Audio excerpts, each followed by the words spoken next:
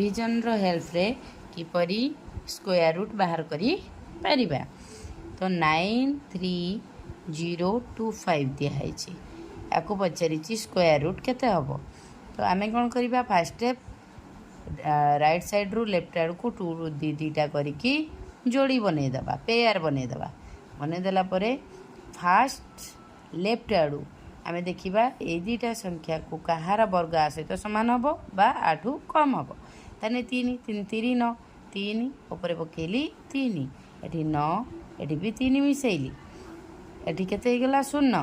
0 गला परे ओलेला बेल को जते बेले ओलेबो कोन हम पेयरिंग ओलेबो 30 ताने एठी केते गला 6 हे गला 6 हैला परे एठी जदी मु 1 पके देबी 61 8 बड़ हो जाउछ तेन करी मु एठी 0 पकेली 0 पकेले ऊपर भी पड़ला 0 ताले एठी केते हबो 0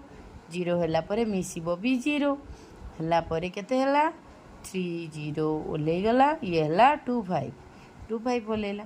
एठी केते हे गला 60 60 रे आउ केते पकेबा 60 रे 5 जदी ए साइड रे पकेली ताले 5 टा को गुणिबी मल्टीप्लाई करिवि 5 5 जा 25 5 2 0 2 25 हला 30 ताने केते हबो एठी पकेली 5 एठी भी पकेली 5 ताले केते हे गला 3025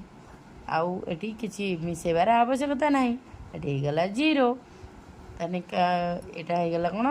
305 रो स्क्वायर 93025 ओके।